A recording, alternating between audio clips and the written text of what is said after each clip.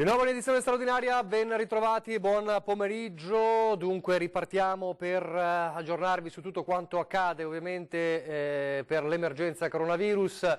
I dati sono questi: 3.484 contagiati in Veneto, fa riferimento ovviamente al bollettino di questa mattina che verrà aggiornato tra un'ora circa. È la situazione che il governatore Zaia in conferenza stampa stamane ha definito come bollettino di guerra, soprattutto per quanto riguarda poi le presenze in terapia intensiva. Siamo a 209 negli ospedali del Veneto. Fra poco vi faremo risentire una sintesi della conferenza stampa di questa mattina del governatore Zaia.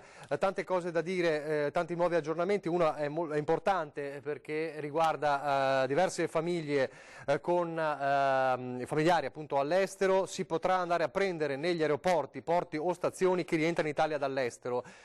Tutti coloro che rientrano inoltre dovranno segnalare la circostanza alle ASL e osservare i 14 giorni di isolamento. È quanto precisa il Dipartimento della Protezione Civile per chiarire le modalità con cui le migliaia di italiani che in queste ore stanno tornando nel nostro paese potranno raggiungere le proprie abitazioni. Quindi si può andare a prendere ovviamente chi torna dall'estero, poi però bisognerà fare comunicazione alle ASL e da lì in poi osservare 14 giorni di isolamento. Era una delle domande, insomma, delle segnalazioni, tante segnalazioni che arrivavano anche qui da noi. Un altro aggiornamento riguarda, come sapete, la questione della scuola. L'abbiamo detto stamattina, il ministro Lucia Azzolina ha detto si va verso ormai la proroga oltre la chiusura del 3 aprile. Lo ha detto chiaramente, riferendosi quindi anche alle parole di Conte di ieri, del Premier Conte, ma ha specificato è impossibile in questo momento dare una data di riapertura. Dipenderà molto dalla situazione dei prossimi giorni, quindi si va verso la proroga ma senza per ora una data di riapertura. Ha anche detto terremo conto ovviamente della situazione per quanto riguarda la maturità. Su questo poi cercheremo di sentire anche l'assessore regionale all'istruzione Donazzan più tardi. Ancora c'è una notizia che riguarda ad esempio la catena Conad, che ha deciso di tenere chiuso durante le domeniche. È la famosa richiesta avanzata da Zaia, ma non solo, di chiudere i negozi nella domenica, anche nei centri commerciali, ma non solo. Conad ha deciso di farlo autonomamente senza aspettare le ordinanze. Lo aveva un po' anticipato anche Zaia. Queste chiusure probabilmente arriveranno anche spontaneamente, anche se, e lo sentiremo fra poco, Zaia ha detto se il governo non si muove a fornire e a decidere nuove ordinanze più restrittive, lo faremo noi con ordinanze regionali. Questo per quanto riguarda le chiusure. Ecco, allora abbiamo un appuntamento in questo momento con Giampiero Beltotto, presidente del Teatro Stabile del Veneto, che io vedo già in collegamento. Allora, con lui parliamo adesso, fra poco sentiremo anche Zaia e la sintesi, però uno sguardo su quello che è il Teatro Stabile del Veneto. Buongiorno, intanto buon pomeriggio al Presidente del Teatro Stabile. Buon pomeriggio a voi. Allora, la cultura non va in quarantena, non va in isolamento, però insomma ci sono modalità nuove, no? L'abbiamo un po' anticipato ieri nei nostri telegiornali, ma allora chiediamo a lei, Presidente del Teatro Stabile del Veneto, cosa significa una stagione sul sofà. Intanto buongiorno a tutti quelli che ci stanno ascoltando, spero che siano tanti, non foss'altro, perché così stanno a casa. La cultura è assolutamente necessaria, no? La cultura è assolutamente necessaria perché noi abbiamo 2 o 3 responsabilità strategiche a cui non dobbiamo sottrarci. La prima è quella di far aumentare la coscienza, la consapevolezza di quello che sta accadendo dentro le nostre case, fuori. Insomma, tutti questi morti non possono lasciarci indifferenti. E per ragionare su un tema spesso rimosso, quasi sempre censurato come la morte, bisogna che ci siano dei luoghi. Questo luogo primariamente la nostra coscienza, ma ad alimentare la nostra coscienza ci vuole qualcosa che la muove, un luogo. Questo luogo non può essere come generalmente è il teatro, quindi un luogo chiuso, ma deve essere la nostra casa, che è un luogo che è sempre aperto, perché se non è aperto che casa è?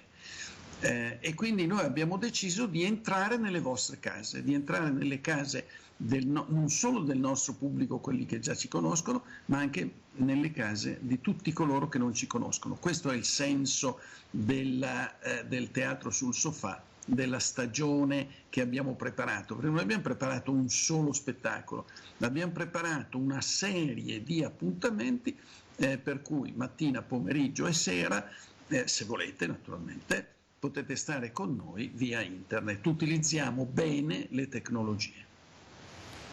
C'è anche qualcos'altro oltre a questo? C'è anche la possibilità di interagire ulteriormente? Ma certo, intanto interagiranno con le nostre case molti degli amici del teatro, mi vengono in mente così dei nomi così, Ambrangiolini, Alessandro Haber, il responsabile delle relazioni istituzionali di Banca Intesa, per esempio, un grande amico che si chiama Jacques Moscianese, e tutti loro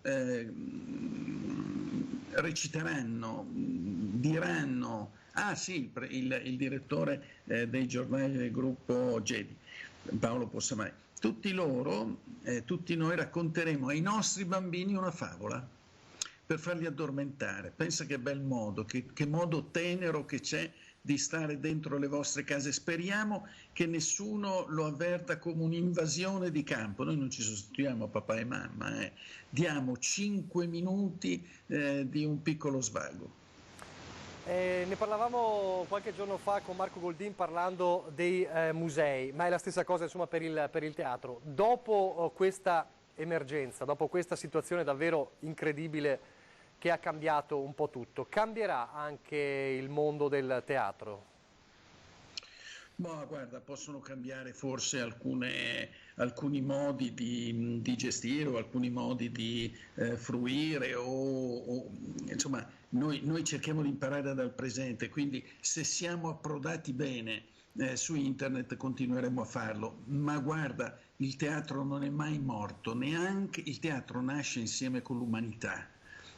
Quando eravamo piccoli a scuola leggevamo di Plauto e delle tragedie greche e poi siamo arrivati a noi. In mezzo ci sono state guerre, cataclismi, pesti, morti, disastri, terremoti, ma i teatri sono sempre rinati perché è un'esigenza dell'uomo, l'esigenza dell'uomo di rappresentarsi e di rappresentare le grandi questioni.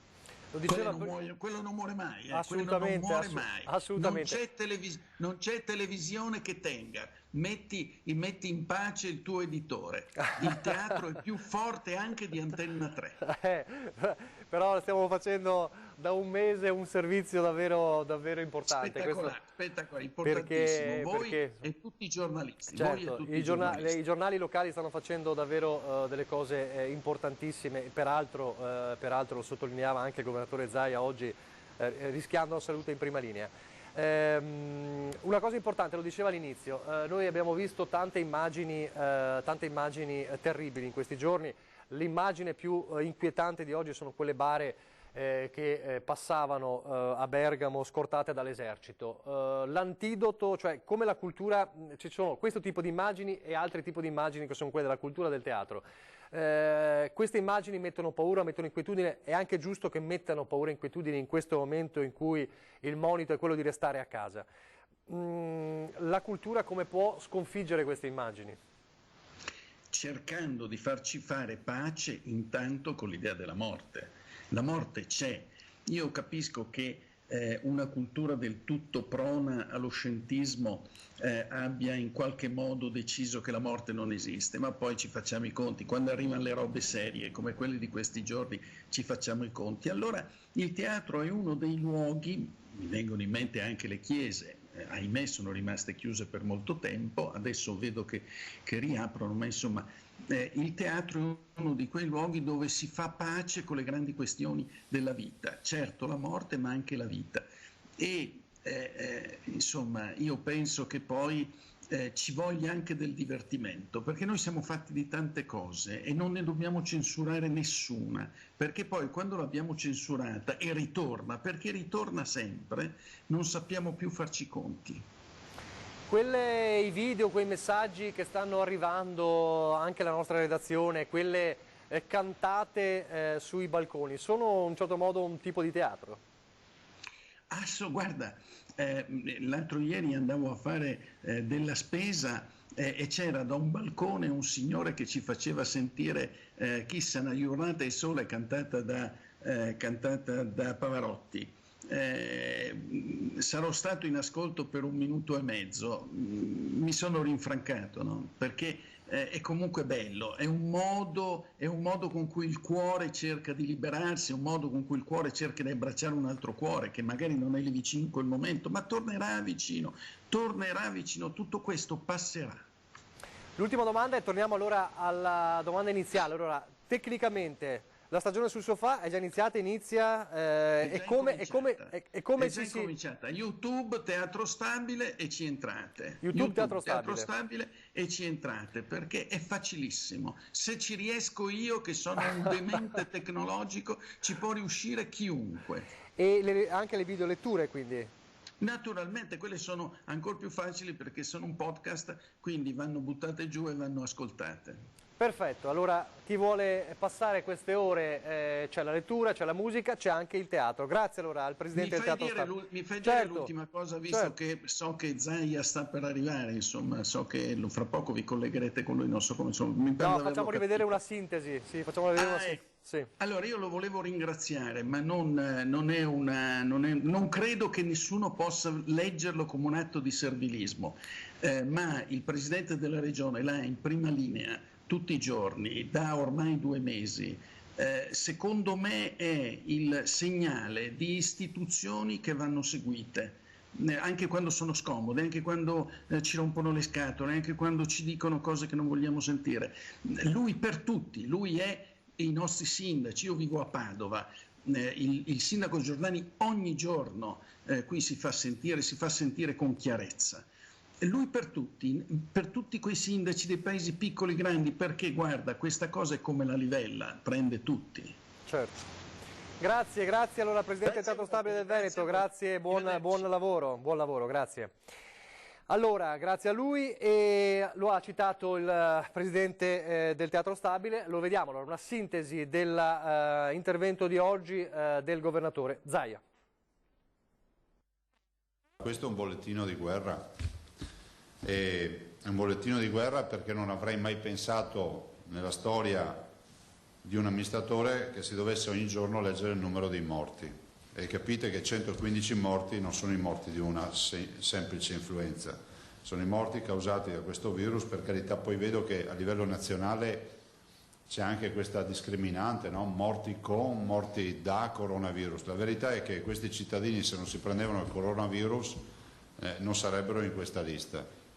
Sicuramente molti hanno patologie importanti, ma il coronavirus è stato l'elemento fondamentale per la stragrande maggioranza per perdere la vita. I dati, vi dico che se il governo, ve lo dico già, che se il governo non adotta, io spero lo faccia, non è una minaccia questa, non è una minaccia. Ho parlato anche questa mattina con il Ministro Speranza un paio di volte. Se il governo non adotta misure restrittive, mi vedo costretto, per quanto possano stare in piedi, ad adottare ordinanze regionali. Io spero che si adottino misure più restrittive rispetto ai passeggi. Abbiamo delle foto di Corso Garibaldi, di via Garibaldi, scusate, di Venezia di questa mattina, sostanzialmente, che sono foto di passeggiate di comunità che non sono assolutamente in linea con il tema del restare a casa, del stare attenti al contagio e di avere prudenza per quello che rappresenta l'uscire di casa. Quindi ordinanze rispetto ai passeggi, alle corsette e a quant'altro. Mi spiace, lo dico perché so cosa significhi poter uscire, però è pur vero che l'alternativa sono le terapie intensive, i ricoveri e i contagi. Dall'altro spero che il governo anche si decida di chiudere i negozi la domenica, quei pochi negozi rimasti aperti. Penso che non sia necessario è assolutamente indispensabile andare la domenica a fare la spesa. Guardate, questa non è la volontà di prevaricare e quantomeno limitare la libertà dei cittadini.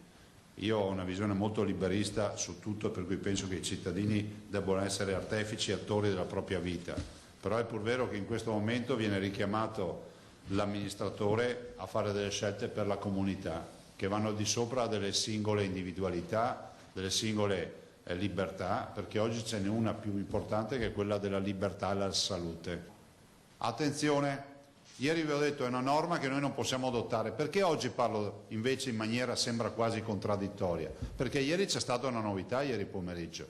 Il TAR della Campania si è espresso su una ordinanza sui passeggi del collega De Luca, si è espressa non nel merito, quindi ancora non sappiamo se avrà ragione o no De Luca, si è espressa contro la sospensiva, cioè vuol dire che la controparte ricorrente chiedeva la sospensione dell'ordinanza. Avendo il TAR della Campania detto l'ordinanza resta in piedi, poi vedremo se De Luca aveva ragione o no, più avanti, vuol dire che ha efficacia giuridica e quindi dà ragione a me quando ieri vi ho detto guardate che non è vero che noi possiamo fare l'ordinanza e la bisogna. Con quella sentenza di ieri possiamo avere un pertugio aperto per fare un'ordinanza. Se non si chiude questa partita tra oggi e domani noi bisogna che prendiamo in mano e firmo un'ordinanza. I numeri sono da paura. Cioè, adesso il dottor Mantovani ieri sera mi ha mandato la foto Domenico di Schiavonia. Diffonderemo l'immagine che è plastica, è statica, è un'istantanea di una terapia intensiva allestita. Cioè, è come se a casa nostra si decidesse che in salotto mettiamo i letti di ospedale. Questo è quello che sta accadendo nei nostri ospedali. Li stiamo riempiendo pian piano di malati di coronavirus. Diffondiamo oggi quella foto e avete un'idea proprio plastica di cosa sta accadendo. Prego. Governatore, grazie innanzitutto per aver riconosciuto l'impegno della stampa. Le chiedo se siamo appunto, essendo in prima linea, annoverati tra la campagna dei tamponi, insomma, visto che lei ha detto non avete fatto il tampone. Sì, ovviamente ci sono delle categorie a rischio, lo stanno facendo con gli ospedalieri e dopodiché si arriverà anche a coloro che garantiscono i servizi essenziali, forze di polizia, persone esposte come le cassiere, i dipendenti dei supermercati, il mondo dei giornali, insomma tutti coloro che sono in prima linea, assolutamente sì. Voglio dire peraltro con le televisioni, e credetemi non è un attacco politico, però mi sento di dirlo, è giusto che il governo si metta una mano nel cuore e pensi a tutto quello che è la stampa locale, le TV, i media locali, che hanno assolutamente bisogno di sostegno.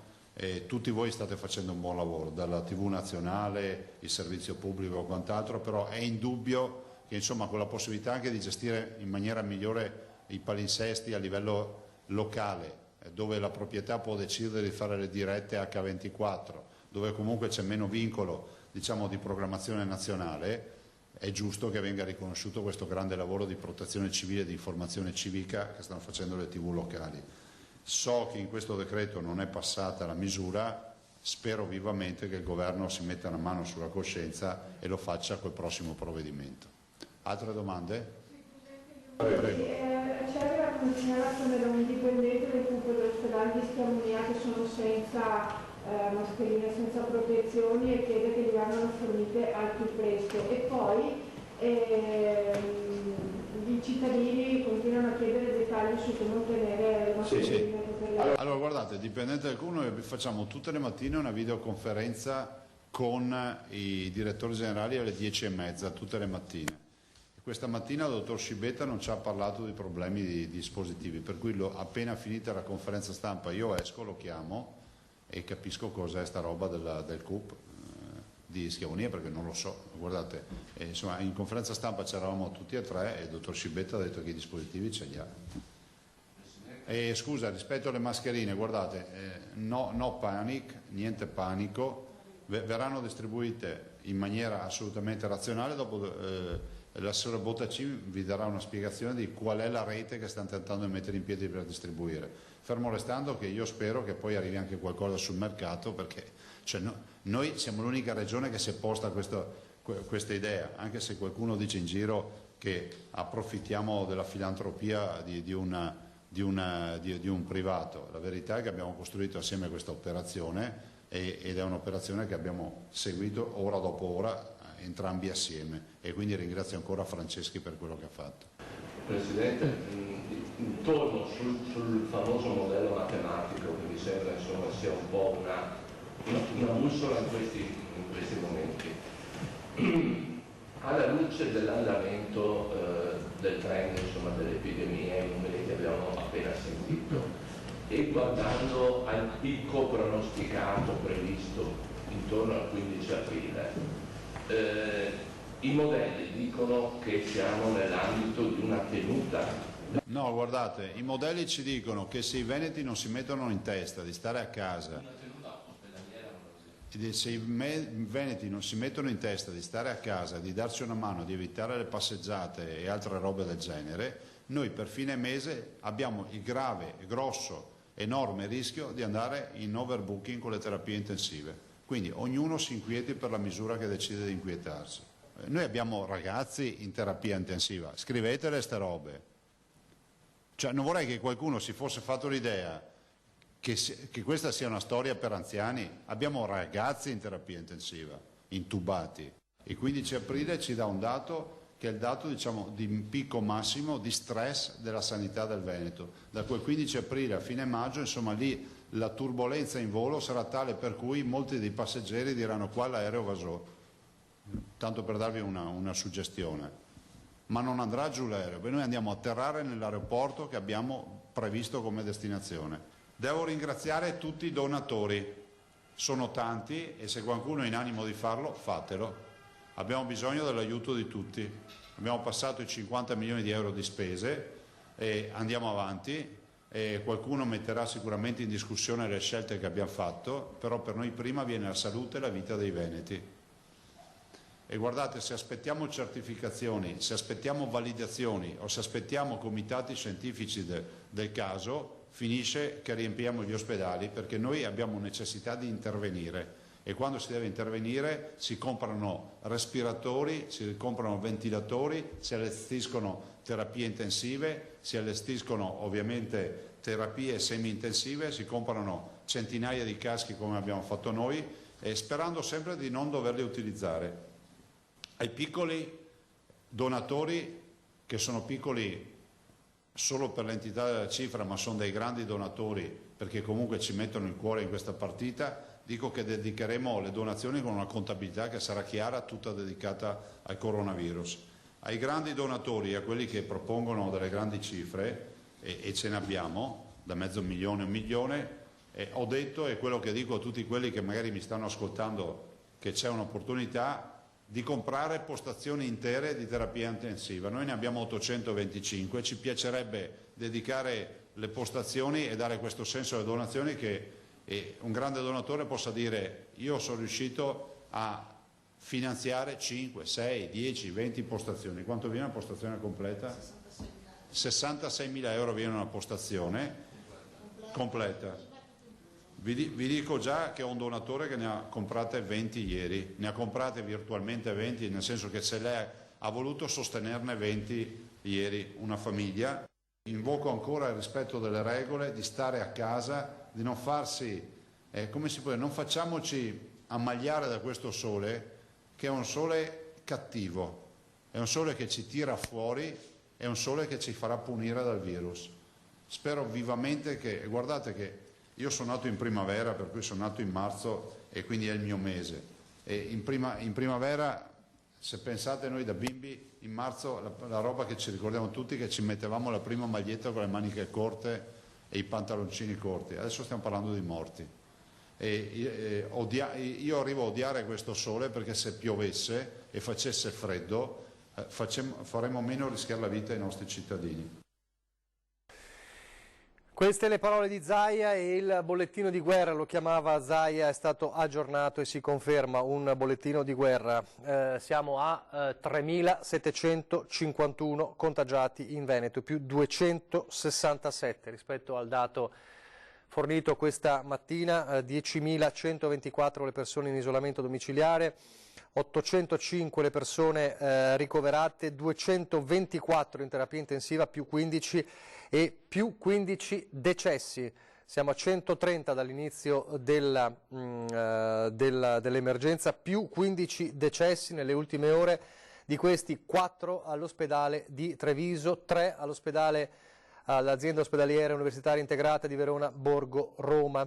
Uno a Oderzo era quello che avevamo detto stamattina, e poi gli altri. 130 i decessi, più 15 in questa giornata, 3.751. Questo è il nuovo, purtroppo, dato che conferma ancora una volta come la curva sta crescendo, conferma ancora una volta che il picco è in arrivo, conferma ancora una volta la bontà del monito di restare a casa, perché la situazione si sta aggravando. Volevo farvi vedere questa, prima di lanciare il prossimo servizio, questa immagine che invece ci racconta di una situazione negli Stati Uniti, dove sapete ormai l'emergenza, ci si è accorti dell'emergenza. Questa è Clio Zammatteo, nota Clio Makeup, la nota make-up artist di origine bellunesi, che vive e lavora in America, a New York, e racconta di una situazione davvero incredibile. Sentite le sue parole che ha postato sul suo profilo Twitter. Spalle, non sono più a New York. L'altro ieri sera abbiamo avuto un momento dove ci siamo sentiti un po' persi, io e Claudio, per la situazione, ovvero New York non era stata una città da considerarsi sicura per noi, nelle mie condizioni soprattutto, perché quando inizi a vedere la gente che invece di andare a comprare carta igienica va a comprare armi e fanno le file fuori ai negozi, quando pensi comunque al livello di povertà che c'è nella città, purtroppo, quando inizi a pensare appunto al fatto che non è mai successo una cosa del genere e che il popolo americano non è per niente uguale al popolo italiano, abbiamo iniziato ad aver paura più che del virus, proprio della reazione della gente, di quello che poteva succedere attorno a noi, e non ci siamo sentiti sicuri con una bambina piccola e una in arrivo, e abbiamo deciso di venire dalla nostra praticamente seconda famiglia qua in America, quindi siamo venuti da Giuliana in modo da stare tutti insieme al di fuori delle grandi città, perché le grandi città non sono sicure in questo momento in America, e non so cosa ne sarà, perché qua non ho neanche il dottore, cioè tutto un po' così, no? Però almeno mi sento sicura. E adesso in questi giorni cercheremo di capire un pochino la situazione e come fare col parto imminente. Però diciamo che come si dice in Italia, andrà tutto bene, e adesso cerchiamo di capire la situazione, teniamo monitorato tutte le decisioni che verranno prese nelle prossime settimane, solo che abbiamo capito che non aveva senso aspettare che succedesse l'impossibile mentre eravamo lì, per poi dopo non avere possibilità di decisione, perché nel caso le cose si mettessero male, senza una macchina, con una bambina in arrivo, con gli ospedali pieni, con gente in giro appunto magari che va fuori per la situazione, che ti spara a vista per magari prendersi su qualcosa, non so, non mi sentivo sicura.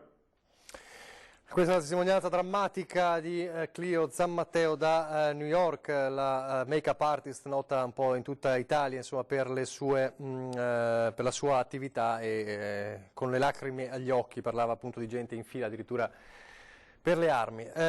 Questa testimonianza drammatica, vi ricordo il bollettino di poco fa, 3.751 contagiati in Veneto, molto pesante. 15 i decessi, conferma purtroppo il trend in crescita di questa situazione. Per questo è stato attivato, ovviamente, per quanto riguarda questi dati e l'epidemia, vale sempre il concetto, il monito di restare a casa e tutte le prescrizioni possibili, e le armi in campo le abbiamo sentite dal governatore Zaia.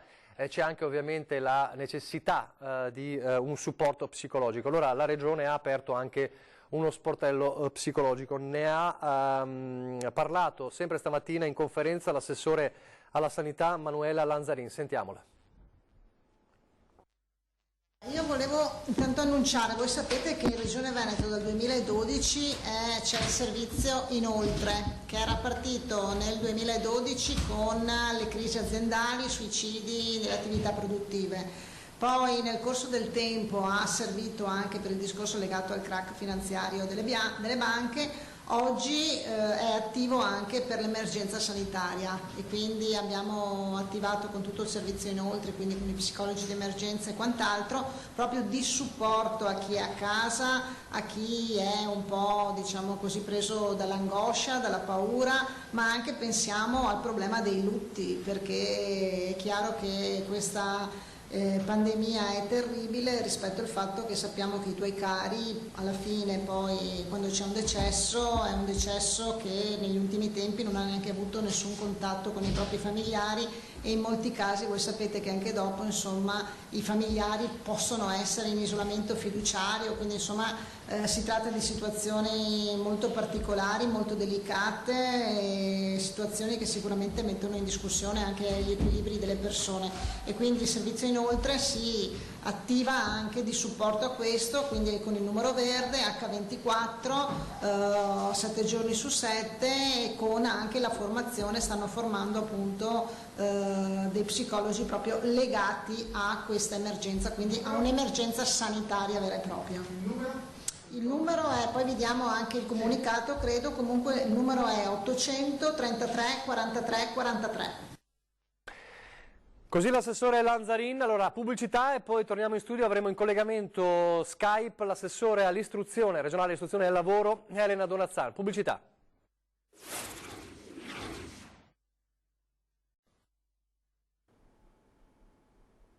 Rieccoci in diretta. Allora, come promesso, siamo in collegamento Skype con l'assessore regionale all'istruzione e al lavoro, Elena Donazzaro. Buonasera.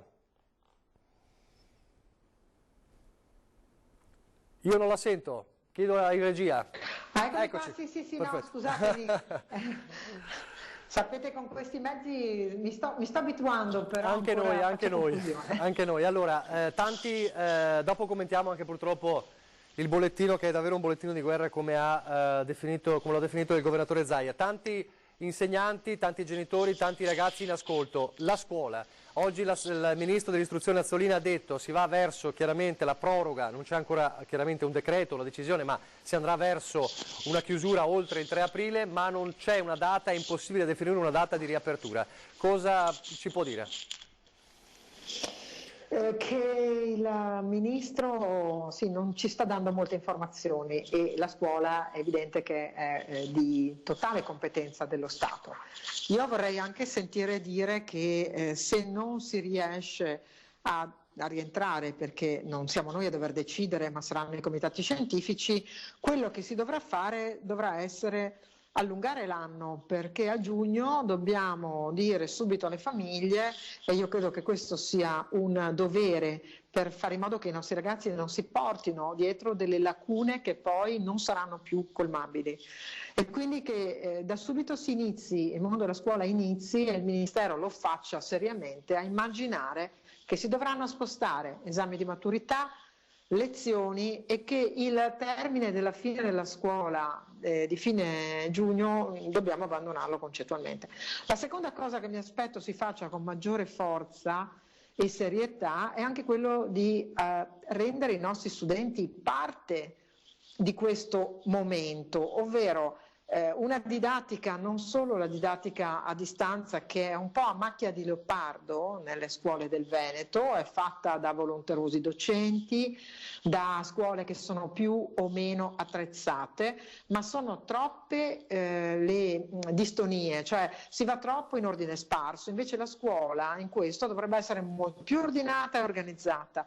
Io sento di scuole elementari straordinarie, di insegnanti che stanno facendo veramente un lavoro egregio. Un bambino delle elementari non lo può tenere collegato con il telefonino quante ore, ma cosa fanno? Anche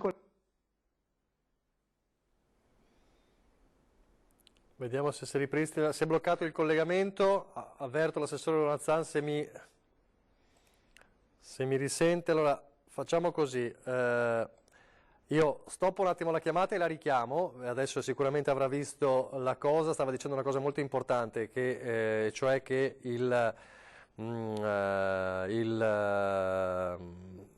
questa didattica a distanza purtroppo è a macchia di leopardo e quindi la situazione è un po' così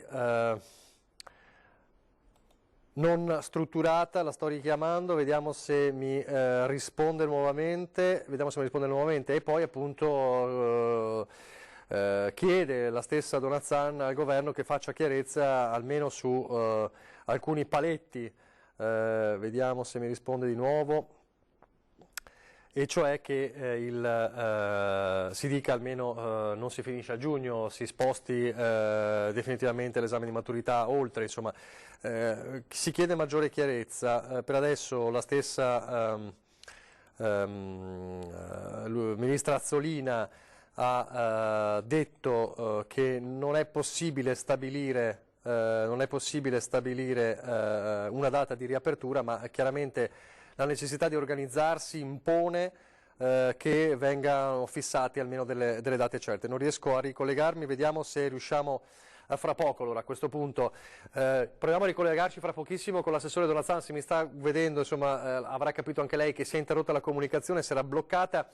Allora, proviamo a risentirla fra poco perché sono cose importanti. La scuola è un tema cruciale e molto sentito.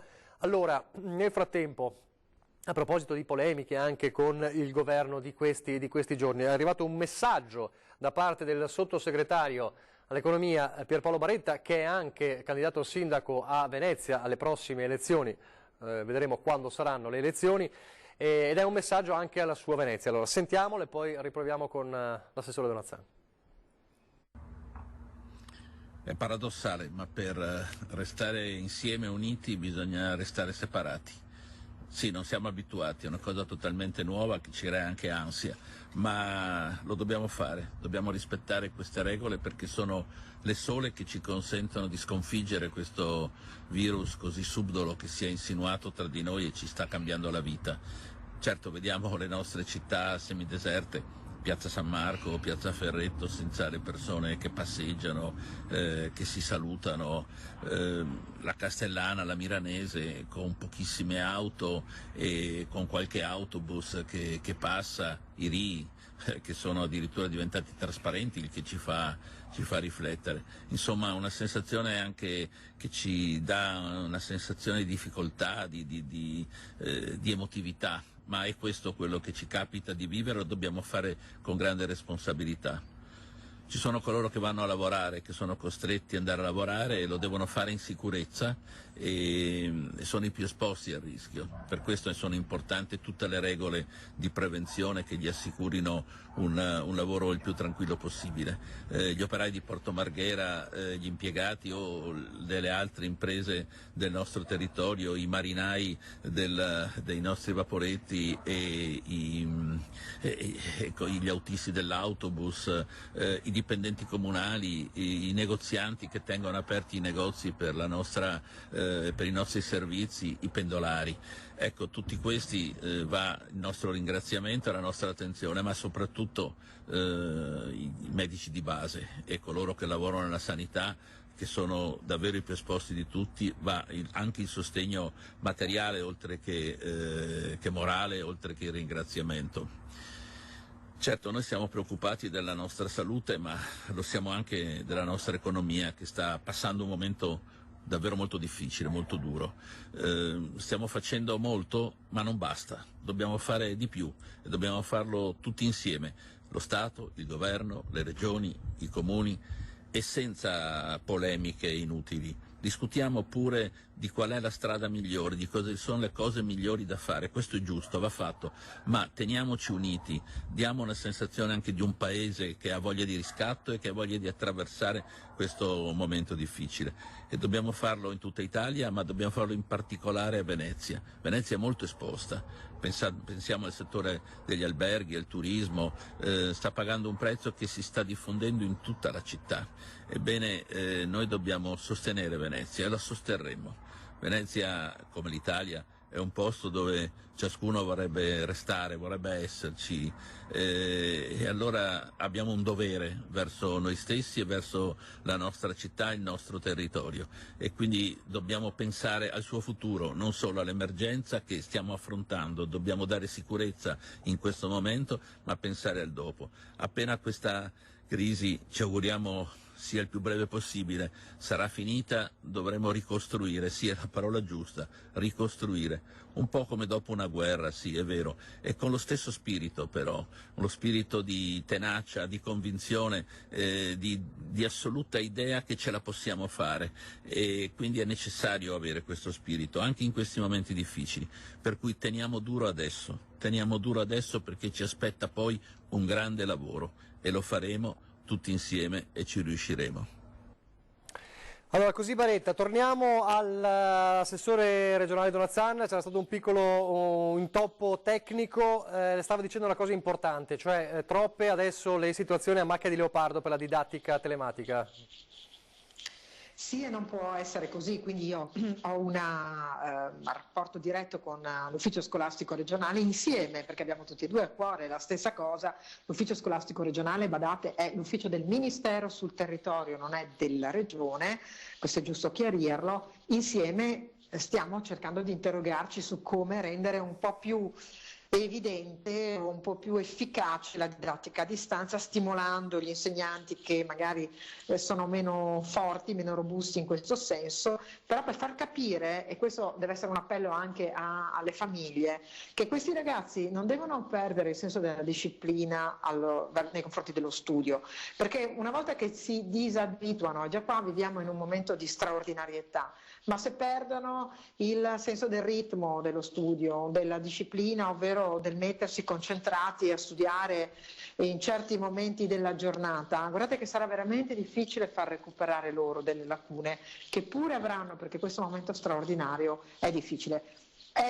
Vedo grande lavoro da parte delle maestre delle scuole elementari, veramente un grande lavoro, maestre e maestri, un po' troppo disarticolato, molto debole nella scuola secondaria di primo grado, le nostre scuole medie, dove c'è anche la parte più difficile dell'adolescenza, e troppa macchia di leopardo nelle scuole superiori, mentre le scuole della formazione professionale, vi do un dato, ma per la settimana prossima avremo pronto proprio il quadro di come è andata la didattica a distanza e di come si sta proseguendo, perché si deve tornare a studiare come se fossimo in una scuola diversa, la si fa a casa.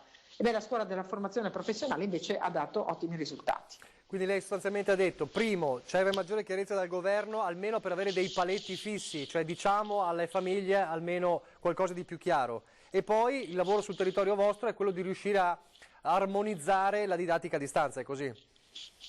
Perfetto, lei l'ha sintetizzato splendidamente, anche perché la risposta da dare ai genitori è: vigilate sui vostri figli che studino, ma è evidente che se un genitore mi dice sì ma non gli hanno dato nulla da fare, questo a seconda dell'età ovviamente va tarato, perché si deve dare un certo tipo di lavoro a un bimbo che non può stare sul telefonino tutto il tempo, e ci mancherebbe, certo. Un altro tipo di lavoro alle scuole medie, una didattica online è molto più facile con le scuole superiori, ma tutto questo deve essere fatto.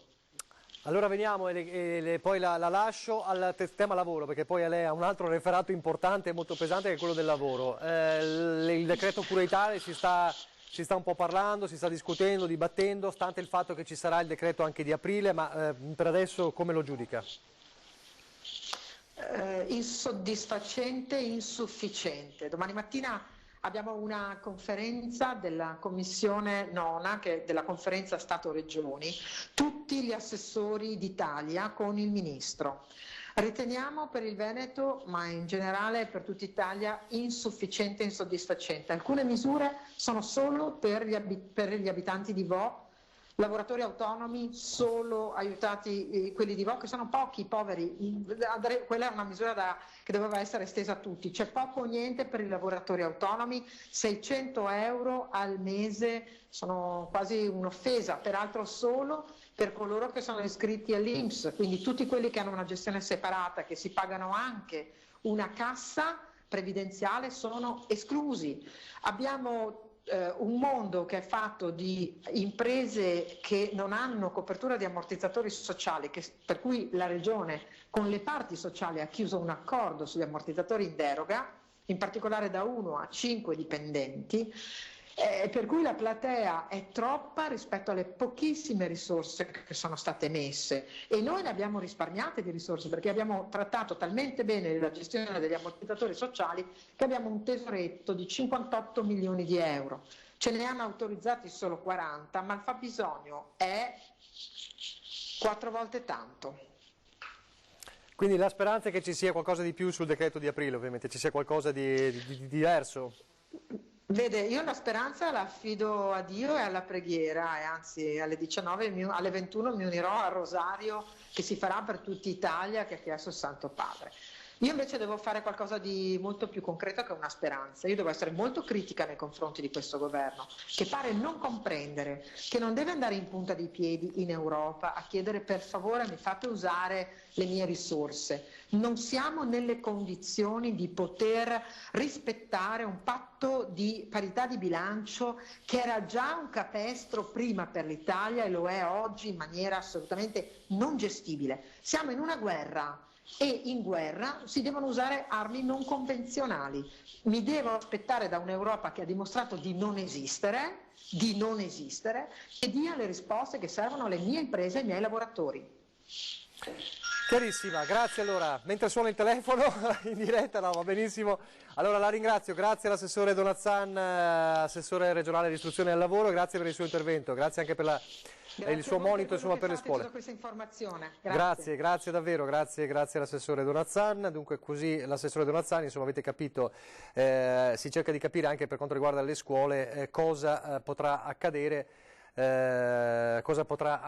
Ma lo avete sentito dalla stessa ministra Azzolina, per adesso non c'è la possibilità di stabilire una data di riapertura. Allora bisogna però avere, dice Donazzan, dei paletti almeno chiari per potersi organizzare.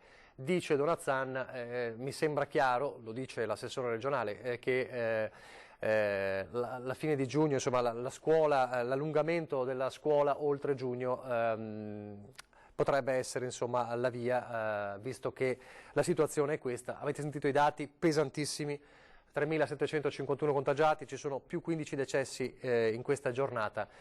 La curva è ancora molto alta. Manca poco al telegiornale del Veneto e quindi vi accompagniamo al telegiornale del Veneto, poi Venezia e Treviso, le 3 edizioni consuete, dopodiché come sempre dalle 20 alle 21 l'ultima parte dell'edizione straordinaria.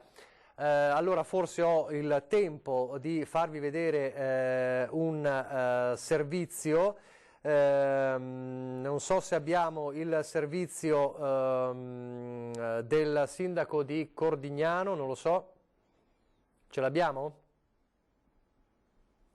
Ve lo chiedo alla regia. Chiedo alla regia, Tony Esposito, Roberto Durigon, non ricordo più, eccolo qua. Allora, parliamo un po' dei sindaci della Marca trevigiana, ma non solo, alle prese con quella circolare che è arrivata dalla Protezione Civile Nazionale, peraltro la Protezione Civile Nazionale sta in questo momento dando gli ultimi dati. Allora facciamo così, il servizio di Cordignano lo vedremo comunque tra poco nel telegiornale del Veneto e lo vediamo dopo. Vi do i dati nazionali che sta adesso fornendo il capo della Protezione Civile Nazionale Borrelli.